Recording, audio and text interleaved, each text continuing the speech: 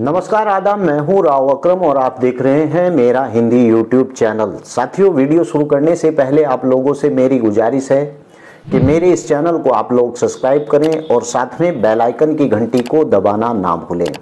तो चलिए आज हम इस वीडियो के माध्यम से जानते हैं कि श्रेणी 4 वर्ग की भूमि क्या होती है और साथियों वहीं पर हम जानेंगे कि धारा 209 क्या है और फिर उसके बाद जानेंगे कि धारा 211 क्या है। के बाद में जानेंगे कि धारा 229 BZLR एक्ट क्या होता है। जी हाँ, तो वीडियो शुरू करते हैं और विस्तार से जानकारी लेते हैं। साथियों, जैसा कि मैंने बताया है कि आज हम जानकारी लेंगे कि श्रेणी 4 की भूमि क्या होती है।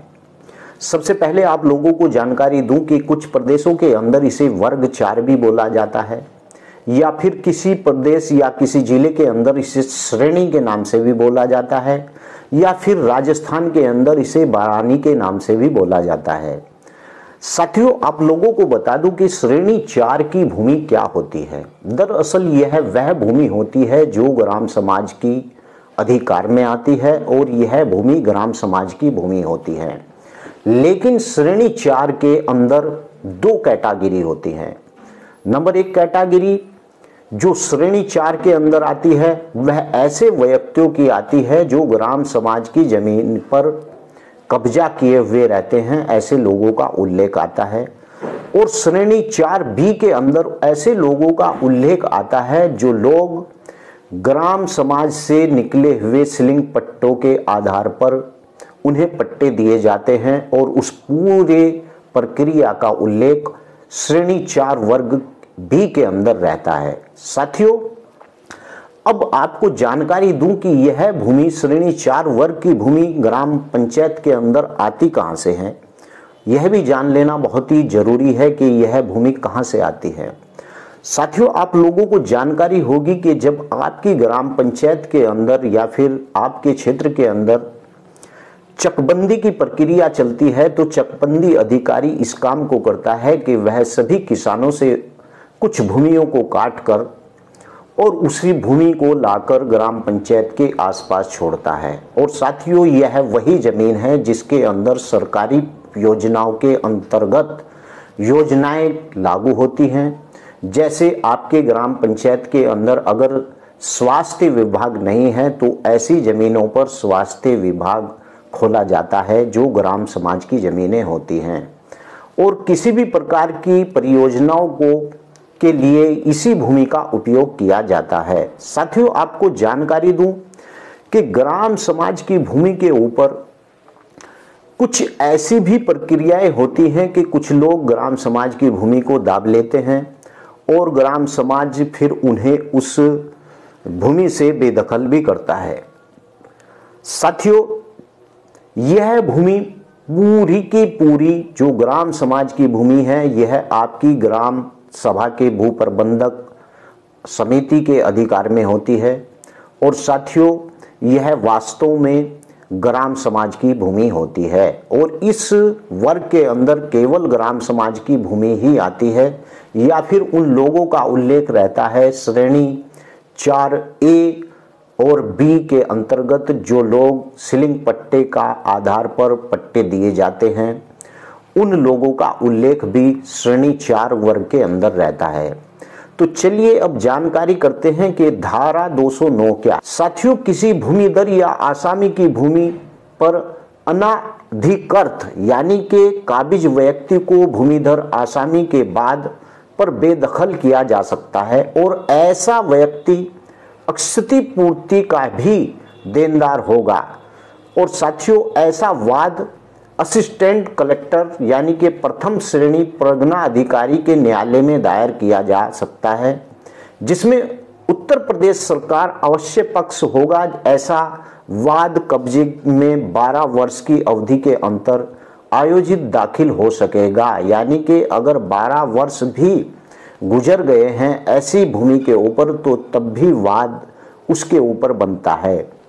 साथियों, यह धारा 209 है।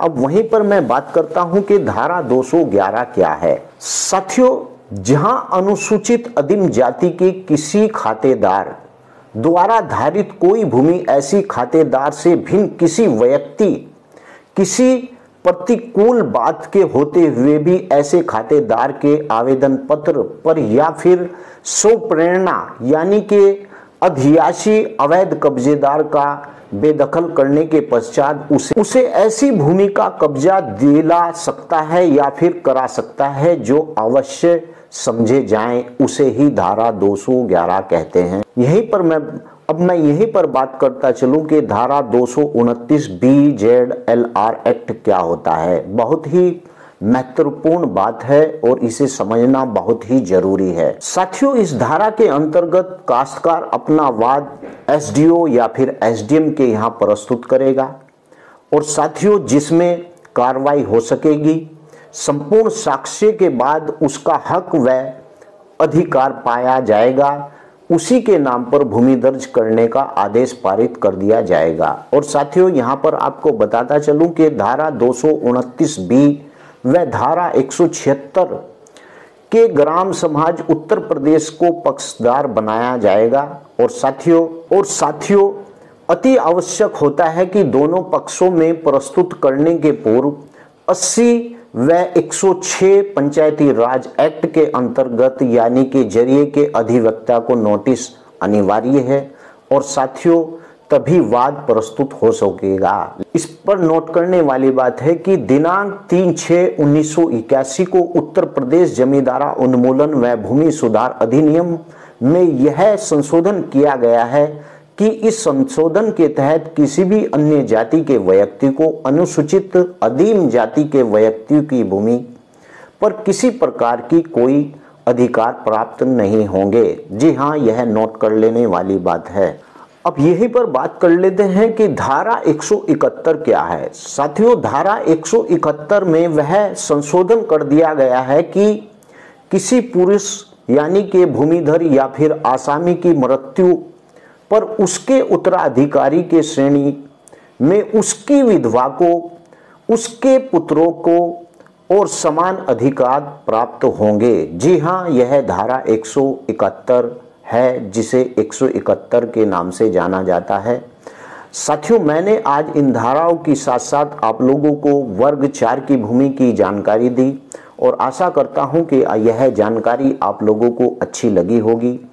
आप लोगों से मेरी गुजारिश है कि मेरे इस चैनल को आप लोग जरूर सब्सक्राइब कर लें और इस जानकारी के संबंध अगर आप लोगों को मुझसे कोई राय लेनी है तो कृपया डिस्क्रिप्शन में मेरा मोबाइल नंबर है, आप मुझे कॉल भी कर सकते हैं। और उसी के साथ उससे पहले मेरी गुजारिश है कि मेरे इस चैनल को आप लोग सब्सक्राइब कर लें और साथ में बेल आइकन की घंटी को भी दबा लें। जय हिंद, जय भारत, खुदा हाफिज।